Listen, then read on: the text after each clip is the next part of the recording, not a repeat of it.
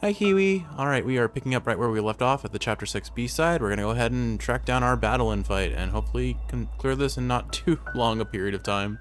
Enjoy! Oh, we're officially up to the battle, and I found out that's what people call her, which I find amusing. Alright. Probably get a speedrun jump here. There we go. Oh, and you can bounce off of that. Fancy. Okay.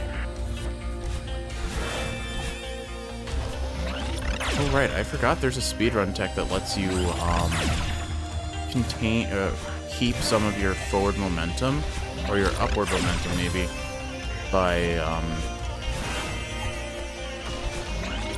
please hold. So, it's a technique that if you... What did I do there? Apparently, if I am under attack, it's much harder to talk and think at the same time. Oh, I got her. Okay. Wasn't expecting to get her there. So anyway, if you dash and then hit a wall, you can actually maintain your momentum and translate it into upwards momentum, bouncing off of a wall. Which I think is cool. Oh, it tricked me. I thought I could get that, but it falls. Okay. Well, I think I've got the rough idea of this.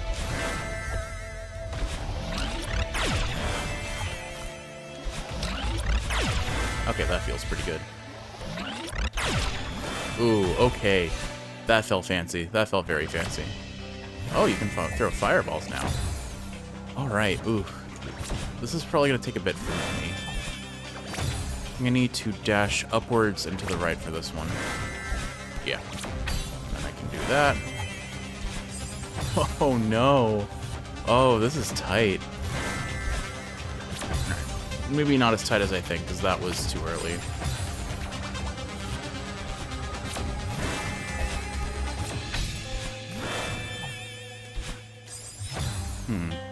I could potentially also hit that jump regeneration gem.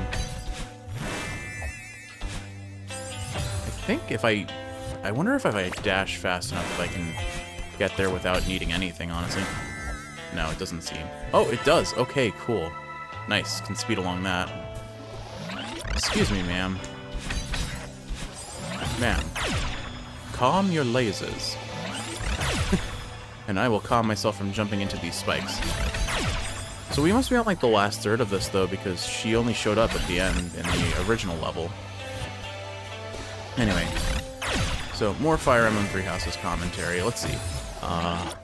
Honestly, like, Edgyguard is such a interesting and well-written character. Like, I feel like for some people it's hard to understand her motivations, but to me it makes sense. She, as a child, was put through a ton of experimentation, suffering, deprived from her family, and watched several of her family members die, all for the sake of granting her power that could be used for the sake of the Empire or the shadowy guys. Hard to say entirely which, probably both, honestly. But of course she's gonna resent the facets of the world that did that to her and try to ruin them, and I respect her motivations to do that. But I know some people find it hard to sympathize with her because she does pretty abruptly do it. I do personally wish that she had communicated with people, because I think Claude would have been interested in her plan. I feel like Claude might have joined in. He would have had trouble getting the entirety of the Lesser Alliance to agree to it, but I think he would have been on board. And if he does team up with her like he does in Three Hopes, I don't know yet. I don't think he does in Three Houses, though, which is a shame. I think that would have been cool if Claude teamed up with Edgyguard in both games. But I digress. I think Edgyguard is a very well-written character. Her motivations make sense to me. Her character growth, she does seem sometimes a little too dependent on the Professor, but I think all of the Lords do. Certainly Dimitri was, although he went... Let's say he went rogue. Or edgy. He went edgy on us after a little bit. But that's fine. Okay. Oh, I almost got it.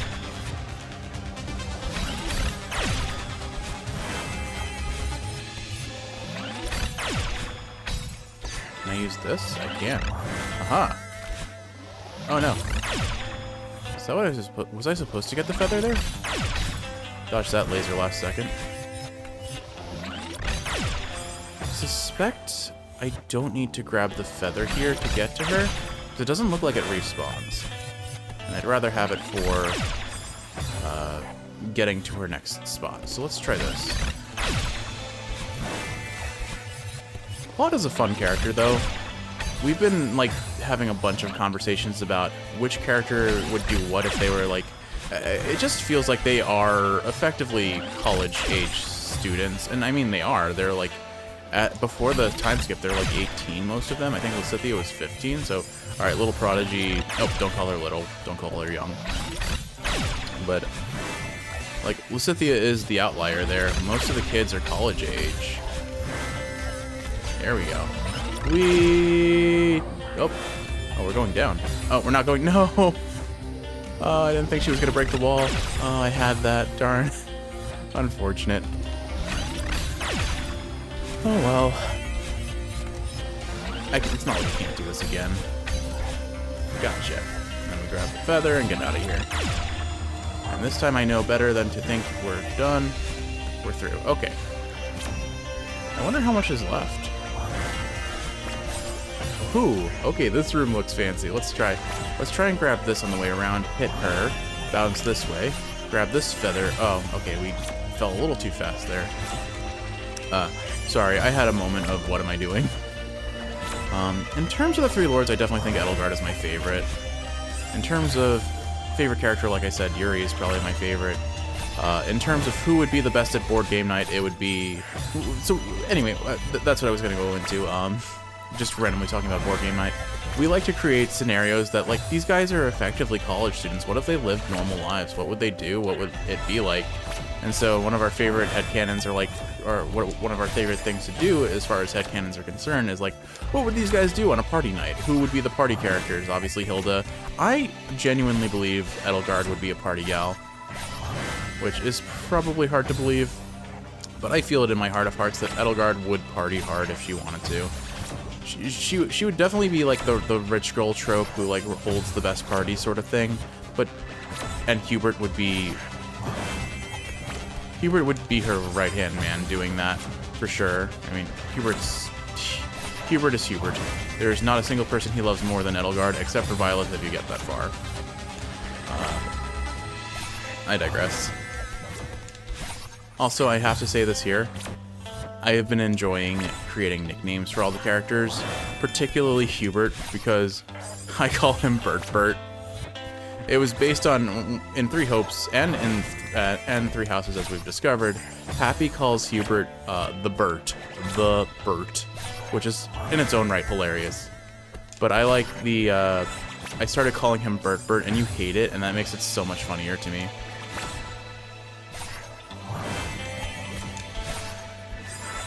Darn it, you can grab the feather and still die here, which is frustrating. It's fine, though. Just let her fire the ball first and then do this. Oop, I took that way too wide. But I really like... I like Hubert, too. He is very consistent, if nothing else. Menacing with Edgyguard's best interests always in the forefront of his mind.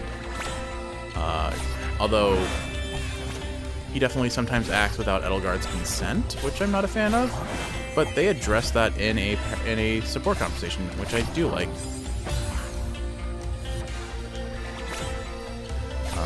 Beyond that, I mean, I love Ferdinand. He is such a bumbling idiot at times. Sometimes more so than even Lorenz, which is saying something, because Lorenz just has no social cue understanding whatsoever. Cannot read a room for the life of him. But I don't know. I find them both endearing in a very strange and sometimes messed up way. Lorenz obviously needs to be a better person a lot of the time. Ferdinand is trying to be a better person and just doesn't understand. Or is so confident in his understanding that it's hilarious. But yeah, I mean, all of the characters are really interesting to me. I like Ignatz, I would say, kind of is whatever. But even he is interesting. He's a character who, because of the circumstances of when he was born and where he was born, he has to be a knight rather than the artist that he really, really wants to be. And I understand that. It's hard to pursue a passion when social and whatever the obligation may be, when those obligations arise. So, like, Ignatz, if not relatable, is certainly sympathetic and understanding, and he's a very kind-hearted individual in a lot of the times he's just portrayed. So, like, even if I consider him one of my less favorite characters, he's still a really well-written, interesting, and good character. Ash is another one who you could argue is like generic good boy, but like his past as a thief trying to survive adds a layer of nuance to that personality trait. So yeah, I'd say the large majority of the Three Houses characters are sympathetic, interesting, and if not those, certainly fun, like Hubert. I don't know if I'd ever call Hubert a sympathetic character, although he does show that he deeply cares for his classmates, given the right opportunity. For example, when he scared the ever-living shit out of Bernadetta and then carried her back to her dormitory more than once. Granted, one she was unconscious and one I think she was kicking and screaming. Yeah, all of these characters are just very, very fun to play with. So I've been so enjoying. I'm glad I got you to play this game. I find it amusing that we used a Warriors game to be your gateway drug to this, but I feel like you never would have given these games a chance if not. And for me, like, I know we had tried. I don't remember if we actually tried to get you into it or if we kind of given you a taste of it, but we had. I was trying to get you to play Fire Emblem Awakening, which is my personal favorite Fire Emblem game that I've ever played. Oh, okay.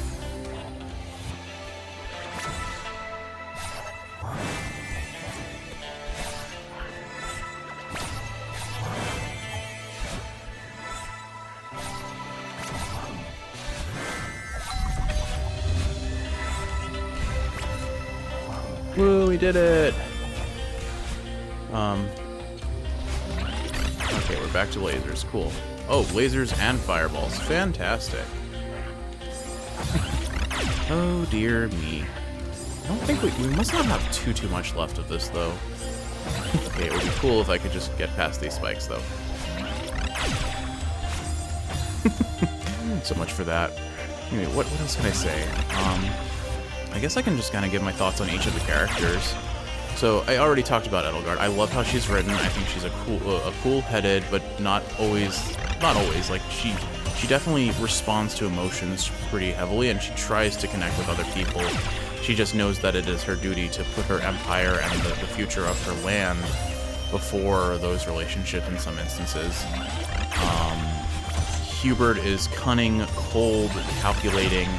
Your favorite archetype of would be... I think the best description I've ever heard is he has resting villain face. And yeah, that describes him to a T. Except he also has resting villain personality in a lot of ways. Like, he is absolutely the Grand Vizier sort of character, which in every show that has a Grand Vizier, they are the evil character until proven otherwise.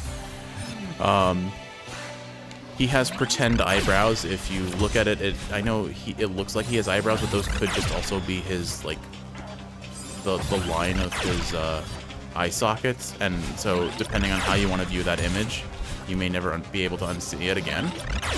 Well, we almost got her. Petra. I really like Petra's design aesthetically. I mean, oh my goodness, post-time skip Edgyguard looks amazing. I'm not a fan of the Princess Leia hair buns, but I've never been a fan of that hairstyle. But ignoring that, like her dress or her armor looks so darn cool. And I like Hubert's post-time skip too. I like that his hair creates little devil horns on it. Yeah, it creates little devil horns. Petra, my brain has interpreted her necklaces as macaroni art, which has ruined it a little bit, but I love everything about her design post-time skip. She looks so cool. And when I played her in my original playthrough, I think I made her a Pegasus Knight and a Falcon Knight after that. She looks really cool wielding a spear, that's all I'm gonna say. in your playthrough, we're making her a Wyvern, or no, we're making her a Falcon Knight as well. She's just currently a Wyvern Rider to get strength, because it's funny, all of your units in this game are just insisting on only getting speed growth. It's like, I don't know what Hubert's base stat growth for speed is, but he has like 30 speed, and it's at least 5 or 6 points higher than his base magic stat, which is hilarious. Oh, I wasted my dash. Probably could have gotten it back. But yeah, Petra especially was only getting speed growths for the longest time, so we ended up using some stat boosters on her, although we really gave it to Bernie, because I think Bernie was falling behind in terms of level and was getting really, really bad stat rolls, so we went for that. Alright, I need to grab that wall. Okay, I had to take a brief break because you woke up and we wanted to start our day. We had some fun stuff to do today. But we're just going to pick up where we left off and see where I can get. And I'll keep rambling about Fire Emblem Three Houses in the meantime. So I guess one other thing I'll mention is nicknames for the characters that come with it through our playthrough, because somehow my headcanon nicknames just take over the ethos of our playthrough out over a period of time. So for starters, we have Edgyguard was Edgyguard and Eddie. One of which you like. You've seemed to adopted the Edgyguard nickname alongside me, which I find amusing. And then Hubert named christened the name the Bert by Happy in both Three Hopes and Three Houses. I've been calling Bertbert, which you hate, and it's so funny to me that we're calling him Bertbert. And I've been using alliteration for Bertbert, so all of his attacks, he has like Miasma and Death, and not Luna, but like basically every attack he has, including his battalion, has some sort of alliteration. So Bertbert Blast, Bertbert Ball, Bertbert Battalion. You get the idea. And it's you hate it. You hate it so much, and it brings me joy to see you be so upset with how I'm treating your sweet baby Bertbert. Petra, I don't really have a nickname. I've never said it out loud to you, at least. In my head, I think Petrol, like the gasoline, but I don't like that nickname, so I don't really want to use it. But anyway, I think I mentioned this earlier in this episode. I can't not see macaroni art with her necklaces, particularly the green bits on the sides. Also, kind of along that line, for some reason, every time I see her like longer earrings, my brain just says green apple flavored. I've died the same way 3 times.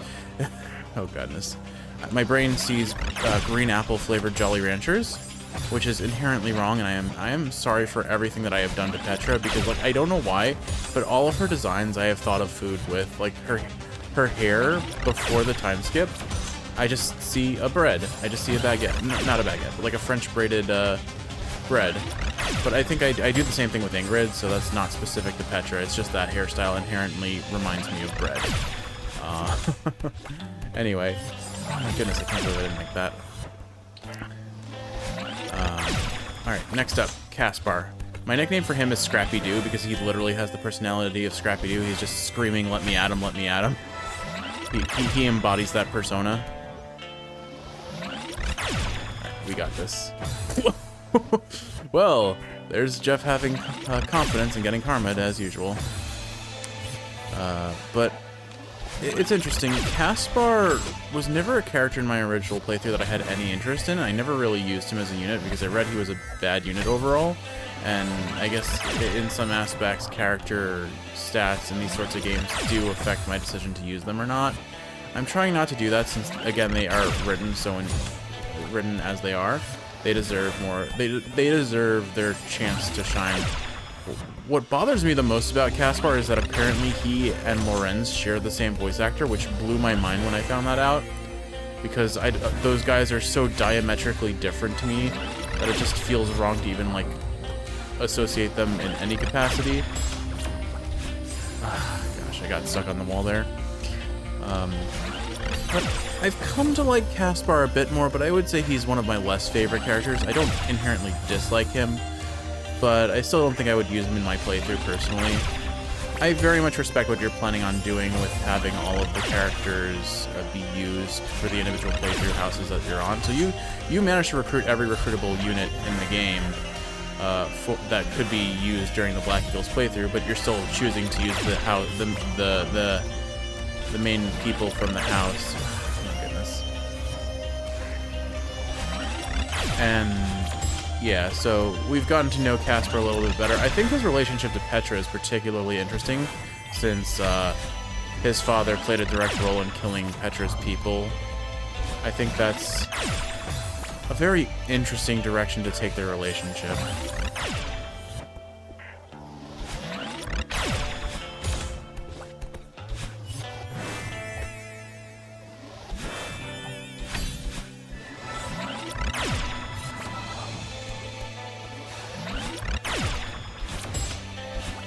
Got her. Okay, yeah, so Petra... Oh, God. Okay, so what do I have to do here? Maybe this? Alright, I see I need to get under or over the Kevin to... Let's try this. There we go. I bet I have to use the momentum to get further across the right side. Okay, that makes sense, that makes sense.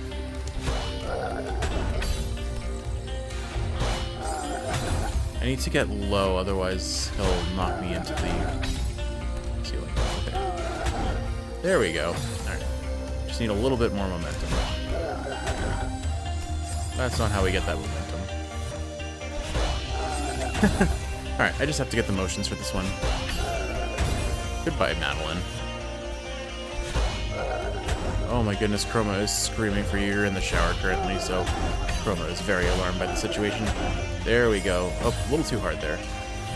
Wait, how am I supposed to get through there? Huh. This is definitely going to take some brain power. But anyway. So yeah, Caspar is Scrappy-Doo. He has Scrappy-Doo's personality. He just has he wields a bigger axe than Scrappy-Doo could. That's about it. That's like the main difference. Also, I guess he has blue hair. But Scrappy-Doo could have blue hair too if he wanted to. I may legitimately not see what I'm supposed to do after I grab this. Is there a safe spot to latch onto? I'm very confused by this. Doesn't seem to break that. Oh, I see it. There was a Kevin down below. Okay, I missed that. Fair enough. So I just need to bonk this, get launched, grab that, and then bonk this Kevin. Alright, so I need to use the momentum of the Kevin bonk, and then do the same thing. Okay, I think I can do this. Preferably without dying. Get launched, grab that, Kevin bonk, get launched, grab that. Oh my goodness, this is quite the level. Definitely requires a bit more brain than I'm capable of. Anyway, but I'll keep trying to talk about Fire Emblem in the meantime. Where do I even go here? Oh, okay, we can grab that. Oh, I need to go up. But I think I have to go to the left first, huh? So, Ferdinand von Aegir. What can I say about Ferdinand von Aegir that we haven't already talked about? He is such a fun character. A complete and total mess, but that's why we love him. Oh, did it! Oh, that felt really good. Ah, laser.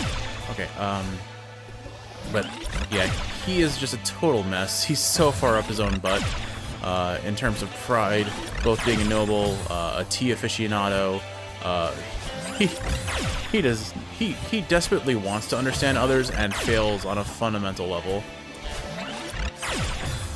But you can't help but appreciate the man for trying. He could definitely... Oh, okay.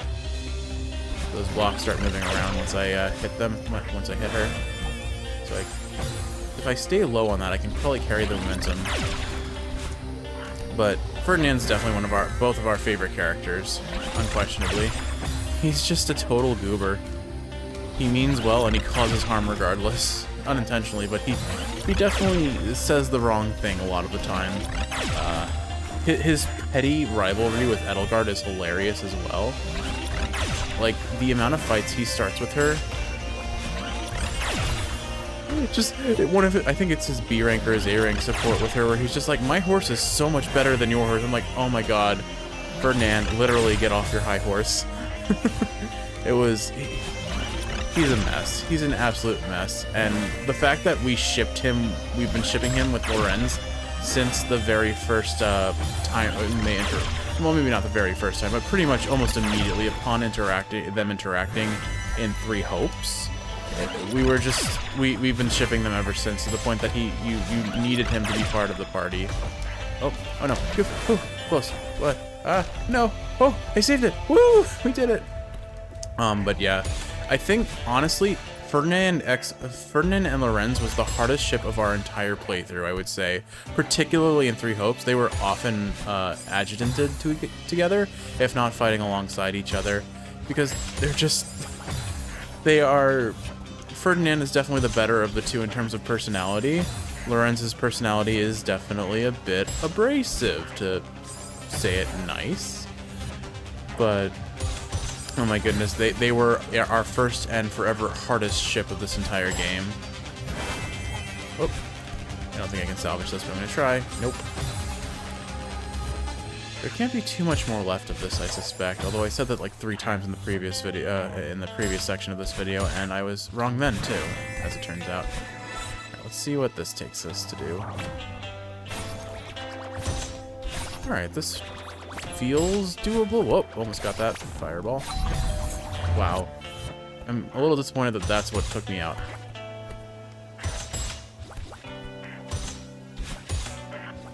It is kind of fun to pull that off. But yeah, Ferdinand is a complete and total doof, and we love him for it. Lindzer... Oh, Lindzer is... I forget if I talked about Lindzer when I said the... Right, you know what? I said Bertbert was the other character that makes up who you are, but I was mistaken. It was Lindzer. Lindzer, Marianne, and Bernadurrdurr effectively make up your 3 vices: sleep deprived and constantly needing to sleep, anxious as heck, and depressed. Sorry, but hey, that just makes them more relatable in terms of character writing, right? But actually, I guess that begs the question: which characters am I comprised of? I mean, I think the obvious answer is definitely Raphael. I'm not a meathead when it comes to muscle building, but I am definitely a meathead when it comes to eating food, especially meat. And like Raphael, I enjoy a good meal. And I will talk about food a lot, as you'll likely be aware if you've been listening to these videos long enough, or just have a conversation with me. If we become friends, I will bake for you. That's the long and short of it. But I digress. So definitely Raphael. Honestly, I don't want to admit it, but I'm probably part Ferdinand too. And then probably either Ash or Ignatz in terms of good boy energy. I generally try to treat people with kindness. I feel like I'd identify more with Ash than Ignatz. I'm not like a trapped artist sort of character. There's definitely a degree of I wish I could create the way I want to and have time to create, but I don't feel like it is my identity to want to be a painter, or well, that's what Ignatz is. Ignatz is absolutely a painter, and he can't find the time, or doesn't really have the ability to do so, because it would be a disappointment to his family. His family needs the money or the support that he provides working for Lorenz. And I don't feel that way personally. Like I'm happy having creative outlets like this channel, but I don't need it to have a fulfilled life. I am happy to have it, though, mind you. Okay, we're going down now. Spooky. Thought I could clip it with the angle. Oh well. This is a bit of a tricky... I think I can do this. But anyway, so yeah, I'm definitely part Raphael, part Ferdinand. The question is, am I anything else? Oh no, Chroma is so sad that you are taking a shower right now. She is desperately screaming to try and get you out of that bathroom. She's worried you're gonna drown, I'm sure. Maybe I should go up and console her. She sounds really upset. Let's see. No, I think for now I'll leave it at those two. I could definitely see a degree of Lindzer, like science-minded, sleep-deprived individual. I think we both have that vice. And of course Marianne with the equal parts depression and love of animals side of things as well. Like, I tease you for those components that make those characters identifiable to you, but I share those vices as well to a degree, I would say. There we go.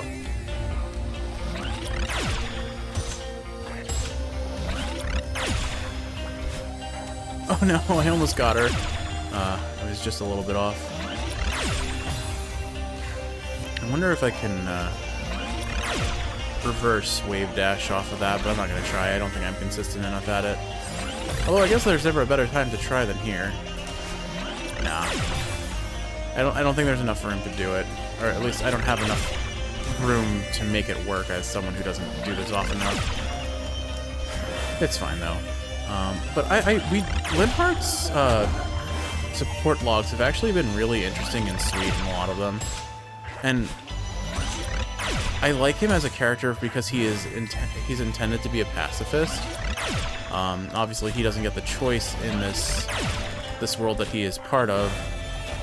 But he, like when he gets his first enemy kill in the game, he is really upset, and they wrote that moment really well. Like it was upsetting to hear him be like, "Oh God, what have I done?" How to beat that Kevin? All right, I think I have a rough idea of what I need to do here. Get this, and then I can exit this with a dash, but I have to land on the feather. Okay, but yeah, I think that's what I have to do. This is a little spooky. Hit that. Oh my goodness, Chroma, calm down. She's coming back, I promise. The poor baby misses her mom so badly. But yeah, I like Lindhart. Overall, like, I think we were both in agreement. We weren't sold on Lindhart initially. He seemed kind of gimmicky with just his constantly needing to nap in every location he comes across. But like, he ends up becoming a relatively sympathetic character with more nuance than either of us were willing to give him credit for initially. I could have gotten that. I'm curious to see what his A ranks with some of the female characters will be like. Based on the A ranks that we've seen so far, I feel like I ship Bernie with Ferdinand, but I ship Ferdinand with Petra based on the support logs we've seen for A rank. I ship, I mean, the realest ship is still Lorenz with Ferdinand. There's no stronger power couple than those two noble lads.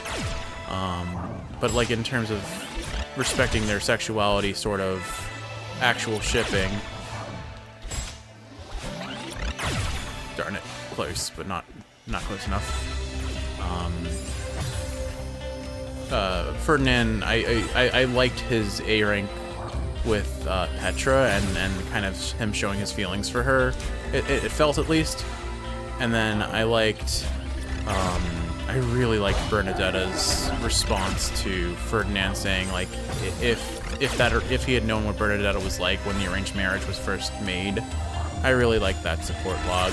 It was sweet, and I wish I could see them being happy together, I think. All right.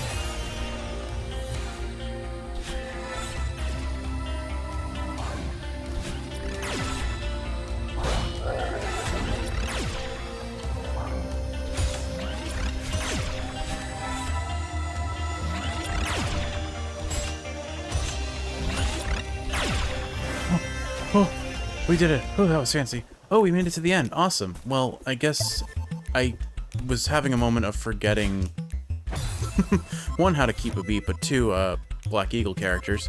Oh, there's a little gravestone here. Anyway, and I realized I completely forgot Dorothea, which is, how could I forget Dorothea? She is absolutely fabulous. And we both agree that she, both pre-time skip and post-time skip, is just... She's so good at looking fabulous, and her Three Hopes look is also fantastic, mind you. Like, in all forms, Dorothea is always the most fabulous person on campus. Unquestionably so. This is quite the 8-bit remix right here.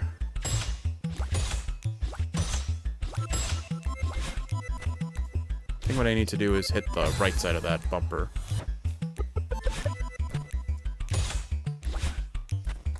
Bear with me. Well, goodbye. But Dorothea is a very interesting character to me too, because she carries she definitely has a sense of like carrying trauma with her, the abuse and what she had to go through to survive when she was living on the streets until she found the opera company, and then after she found the opera company, the things that she suffered at the hands of nobles adds a layer of complexity to her character. I'm offbeat, hold on. Okay, here we go. Well, I hesitated.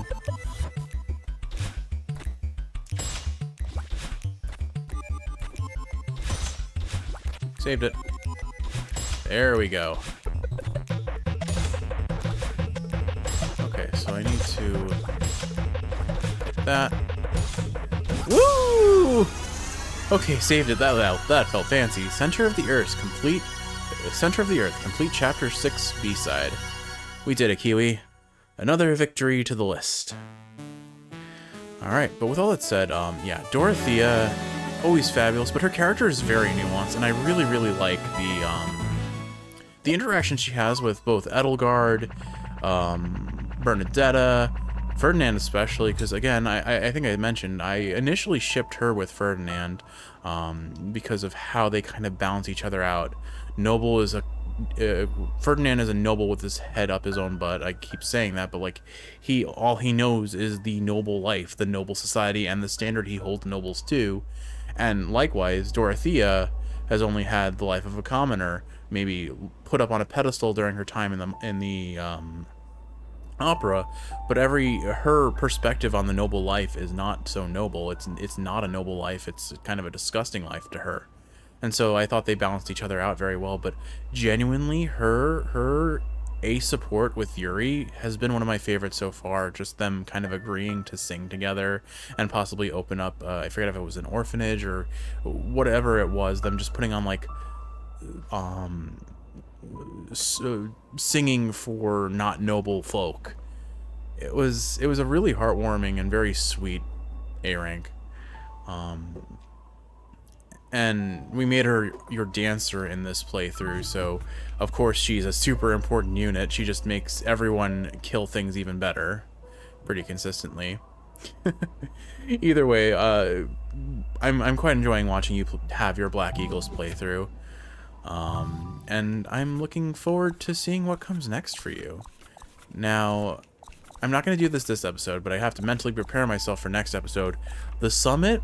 If I recall, ignoring the need to find the cassette, the Crystal Heart, I have to find like 4 different MacGuffins just to get access to the Crystal Heart. So that's the real challenge. It looks like I'm probably going to have to do the majority of this level if I had to guess. So I'll probably start from the beginning. But my goodness, there is a lot to this chapter. Maybe I start with the cassette, but that's a decision for another episode. With all that said, Kiwi, I'm loving how much you're enjoying Fire Emblem Three Houses, and I'm looking forward to seeing how the Black Eagle story ends, since I've never actually gotten to experience it myself. But all in due time. I hope you've enjoyed watching, Kiwi, and if you're awake, I hope this is helping you fall asleep. If you're sleeping, I hope you're sleeping well. I love you, and I'll see you in the next one.